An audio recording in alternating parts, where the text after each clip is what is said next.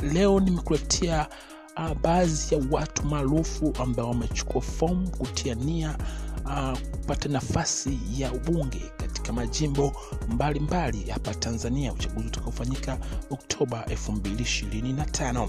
Tunaanza na rais wa Yanga Engineer S, makamu wa rais Arafat Haji, Mwijaku, Hashim Ibwe, Balwan Muhuza, Jessica Magufuli. Huyu ni mtoto wa damu kabisa wa rais mstaafu hayati John Pombe Magufuli. Mami Baby, mtangazaji wa Clouds FM.